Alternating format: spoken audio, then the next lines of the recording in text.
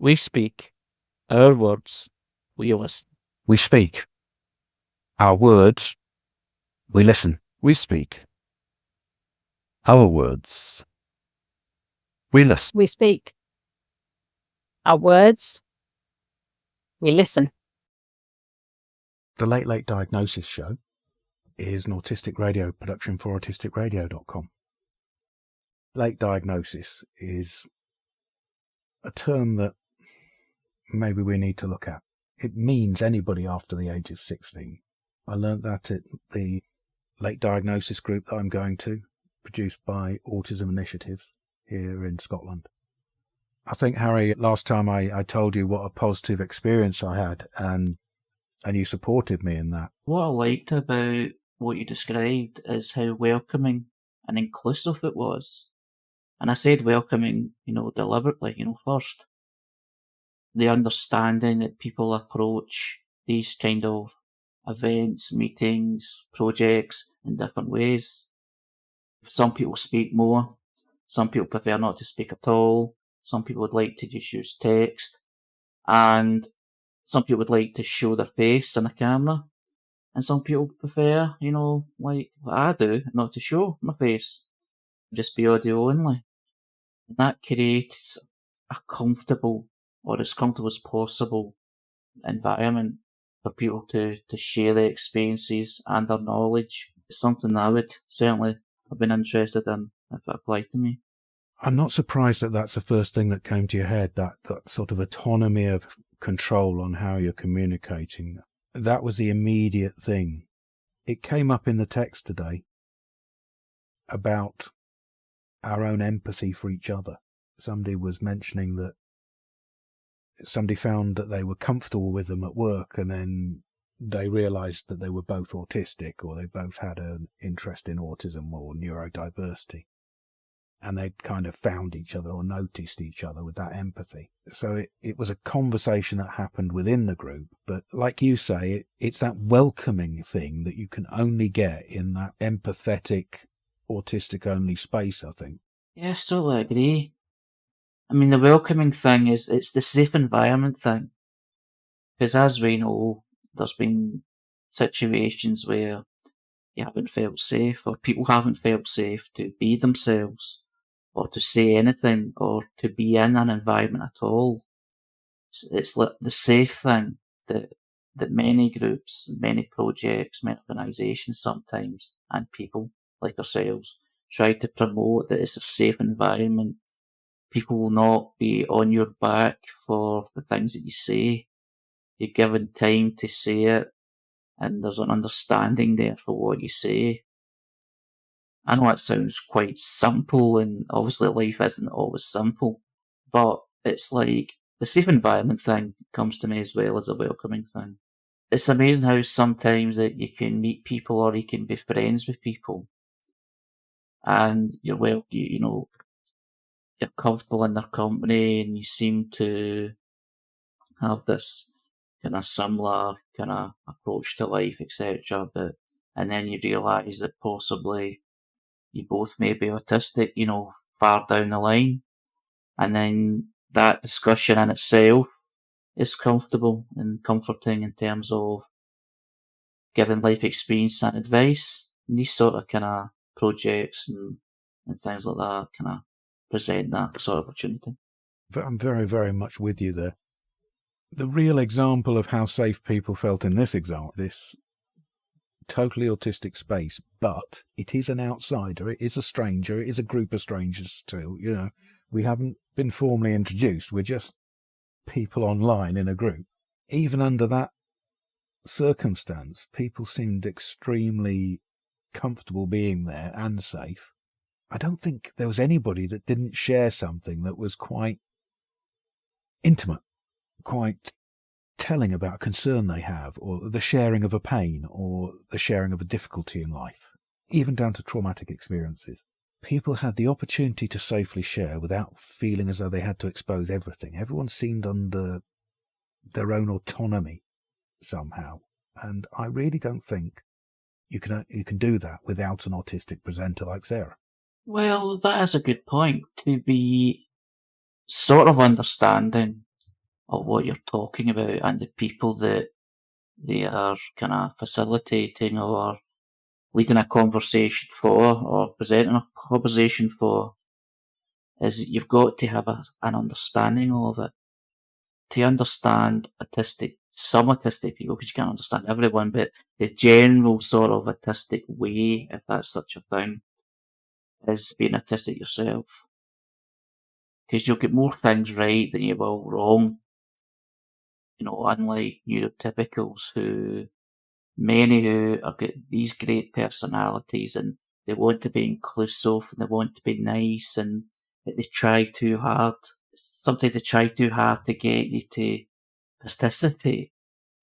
And that turns people off because they feel they're being bullied, even though they're not. It's that general feeling. You can't force people to say things. You've got to create an environment where people feel comfortable to come out and feel that they can say things.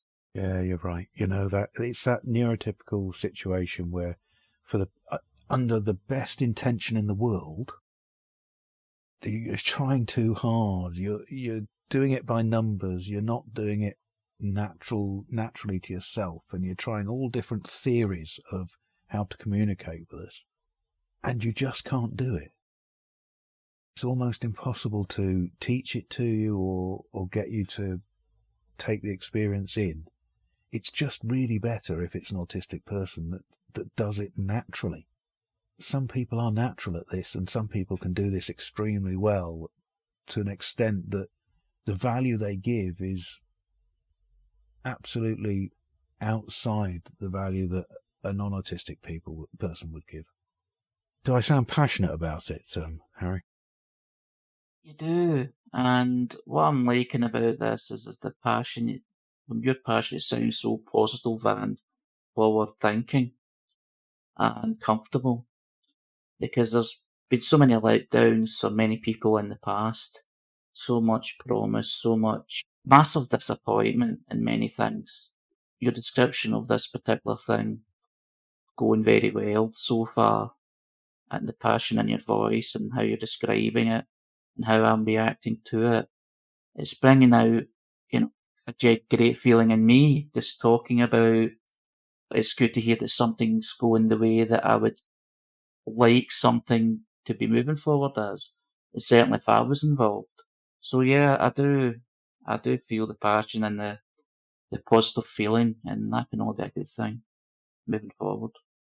I'll give you some numbers to sort of hang your hat on to kind of illustrate how successful it looks at this early stage. We're only on group number 2. As far as I could tell, everybody who was there last time was there this time, which is astonishing. If I've missed somebody out, I apologise, but, it seems astonishing for me to have the impression that 100% of the people were there. As I described at the first session, people took different options on how they communicated. Some people who had not spoke this time, and some people who had not put their camera on this time, and some people actually took my strategy, which was to flick it on and off a lot more. So it was a change in strategy in both directions, which I thought showed people were owning the space. I took a note to see who was taking an active part, and I couldn't see anybody who didn't take some kind of active part. Somebody would text something, however small, or they would have their camera on for something, however small, or some reaction somewhere. I don't think there was anybody that didn't find something that was important to them that then got spoken about and picked up by their group and by Sarah, the person looking after the group. That achievement is an enormous positive. And then at the end of the group, I noticed that there was 100% of the people there sent some kind of immediate positive message about their experience and saying goodbye to everyone else. And it was really noticeable, Well, I like what you said when people were using different strategies of communication or different methods of communication from what they've done before. And that just shows that people were inspired by how others were behaving or what others were doing the group before. So they were trying it out because they felt comfortable enough to try that.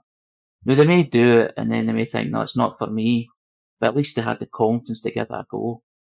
And that's actually pretty good, how that's actually encouraged and inspired people to try that, and how comfortable the environment is to do so.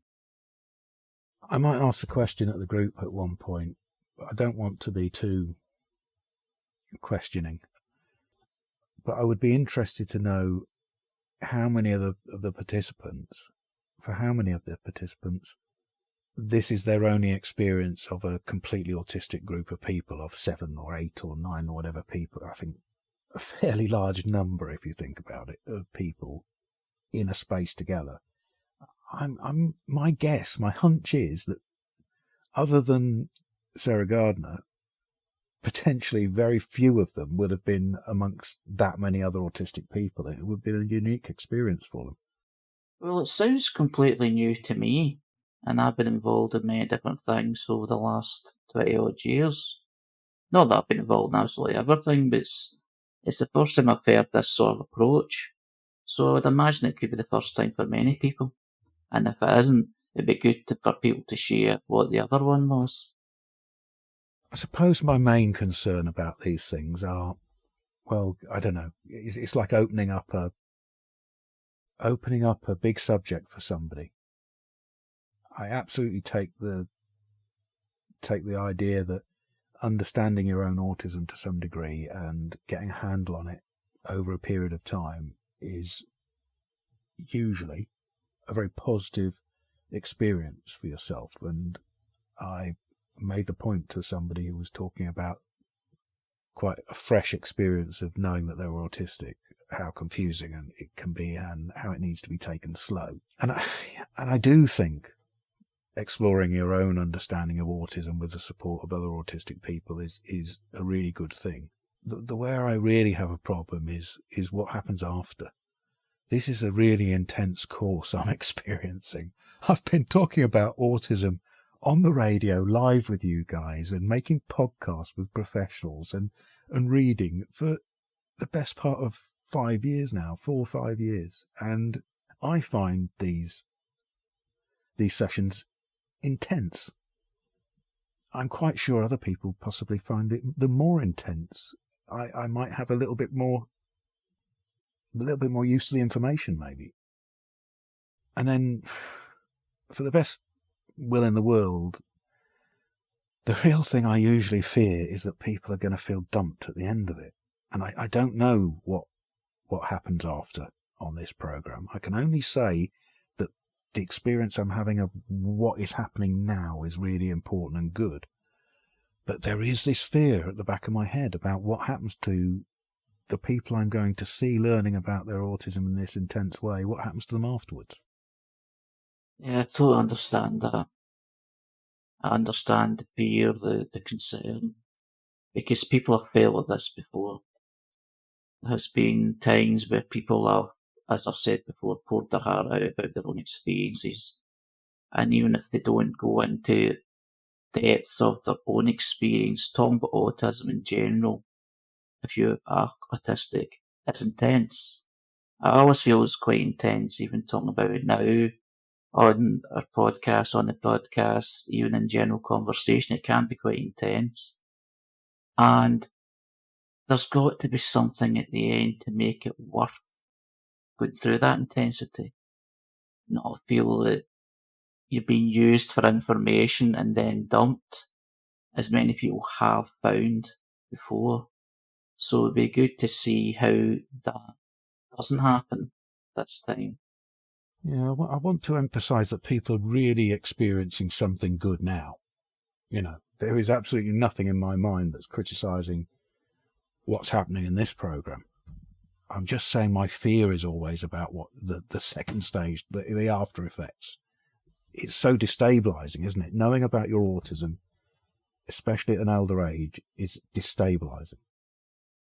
Yeah, I would agree with that. And I totally understand what you're saying. It's got to be a forward thing on it. No matter how good something is, there's always a fear that once you stop talking about it, or something moves on, is what's moving on is something progressing or something just ending. and then in that end it would make you feel that you've been dumped, or you just feel a bit loose, a bit empty because of the journey. It's just the way it's been taken. There'll be. You would like to feel that it's fulfilling for all the things that you're doing and saying. There's a fulfillment there. And the experience of feeling that being dumped in the past would go in good stead this time because you feel a bit more positive fulfillment this time round. It's an improvement, it's a step forward, and you'd feel a lot better. You just never know.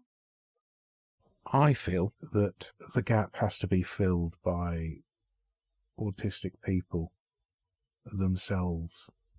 I think we have to find mechanisms that add to the ones that have already been tried, the social media ones and the group type things and the political ones. But we need to add another layer of networking to ourselves.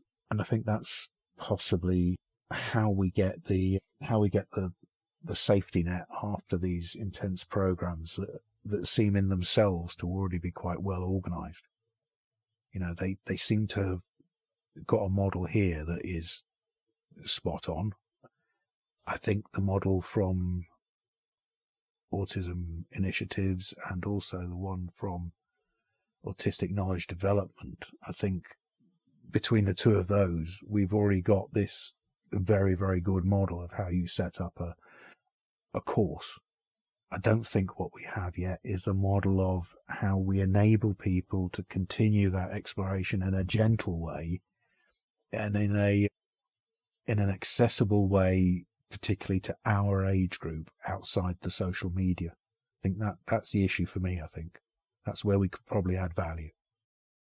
Yep, it's like having somewhere for people to go without being too intense, without being just somebody to talk to in a safe environment, to have just be company. That safety net of, meeting up, for an hour or two. There's the online thing that helps a lot of people, that it's like, you don't need to come out and just start pouring your heart out about anything. You can just talk about general things, how's the week been, general chit chat that that many people have, and feeling you've got a belonging, and that you don't feel hanging loose, you don't feel lost, you don't feel empty, you just don't feel lonely, because that does affect a lot of people who are autistic, is the loneliness, because the talking, the thinking feels so different from the proposed neurotypical normal that sometimes you kind of feel lonely, and you just feel being in a comfortable environment that you don't need to be too intense would be very helpful for mental health and well-being, but for enjoyment as well. I think the other big subject, Harry, is the one that you've got from the Facebook page, the share from Jenny Luffren of Autistic Revolution. And I think that really dovetails quite well into some of the things we're saying here. Something of a proclamation, something of a revolutionary, strong statement that gets nailed to the wooden door, possibly with an arrow, It's a lovely thing. Why don't you read that, mate? Yes, it starts out with a nice quote. And what the quote is from Autistic Revolution is, it's far better to love and know yourself. You shouldn't have to change for the benefit of others. And it continues, hey folks, Jenny Laughlin here, editor of Autistic Revolution. I am a white, British, bisexual speaking autistic person. I recognise my privilege. Autistic Revolution doesn't represent all autistic folk, and despite documentation, we are individually different from one another and will have preferences based on our lived experiences. The ethos is to raise autistic voices and lived experiences, showcase skills, talent and creativity. The digital publication is a chilled, welcoming vibe. www.autistic-revolution.com. We certainly don't police tone on language. We provide folks with alternative choice of language whilst providing a magazine hopefully folks enjoy to read. Art, photography, illustrations, poems, articles, videos. It's always good to have respectful, kind discussions. Language, principles, beliefs evolve as we learn. Language affects our principles and beliefs. Others' principles and beliefs then go on to impact how a person might feel about themselves, well-being and mental health. Advocacy and self-advocacy is so important when you're autistic or otherwise neurodivergent. If you don't understand your central nervous system, brain and body, then how can you tell people what you need from them to support regulation and dysregulation? I'm overwhelmed because, I don't feel safe because, I'm dysregulated because, even the above can be so difficult to say if you don't feel safe to say it. I stand in solidarity with our non-speaking autistic folk too.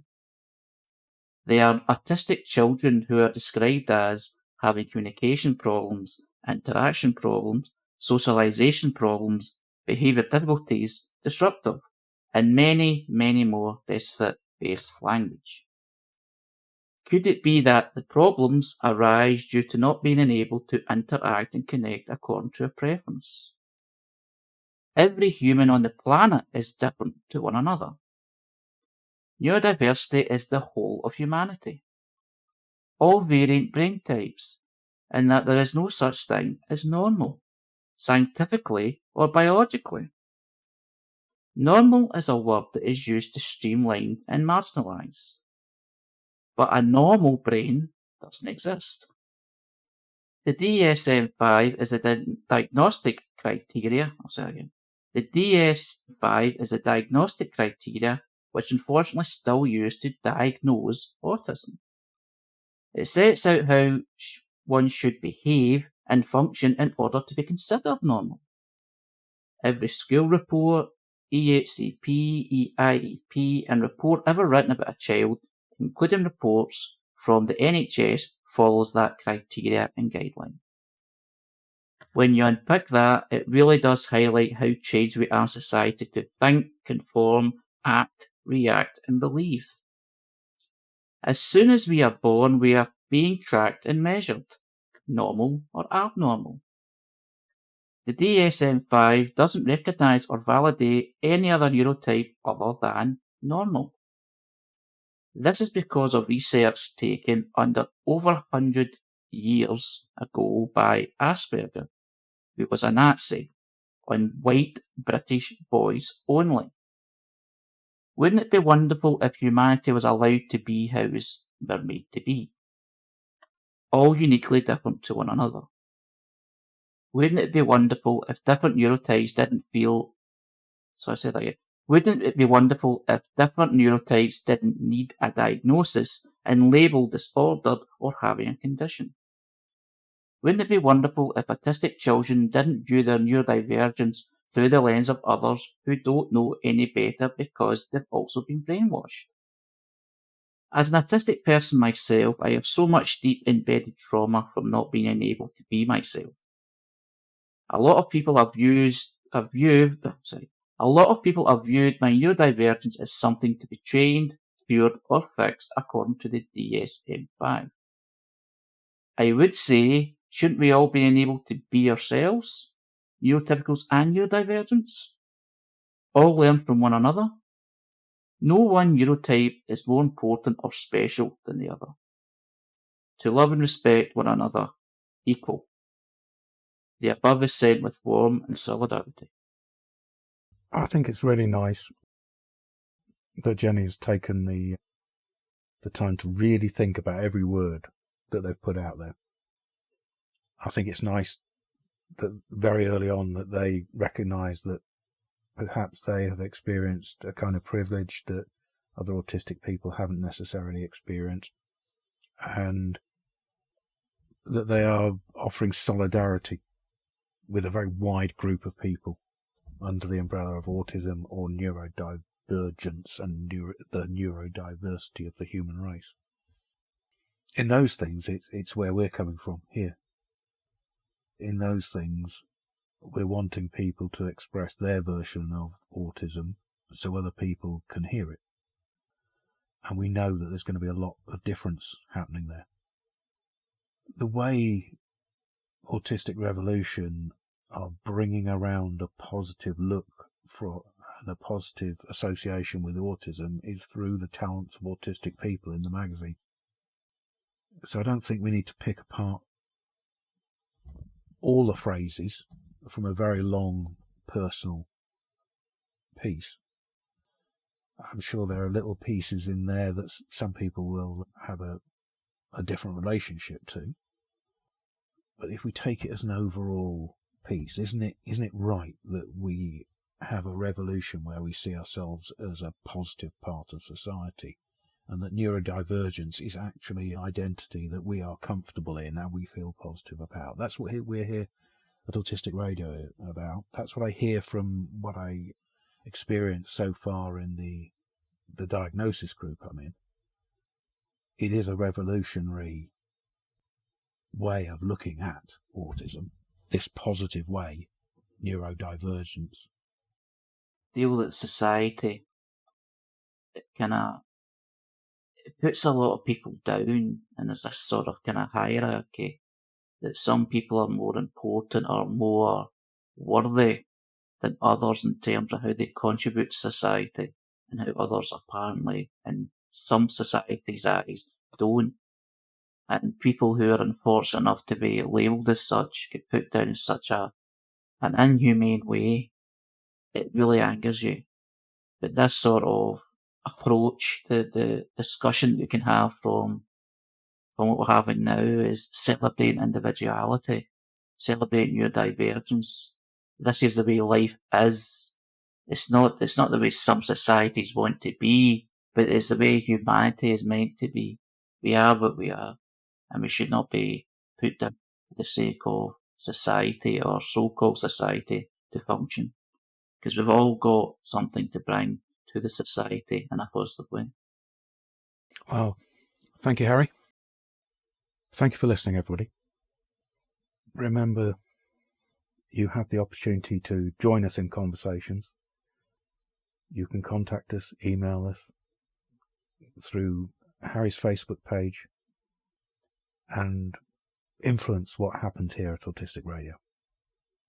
The two of us are off now to join with colleagues and make the weekly live that we put out every Sunday, talking about Harry's Facebook posts, the curated Facebook feed that he has there. So you'll find that will be edited in another podcast at another time. Maybe join us and have a look at some of the other podcasts we make about different subjects. There's some tricky subjects out there, but there's also some very positive ones. See you at the live in a few moments, Harry. Yeah, look forward to it. Thank you.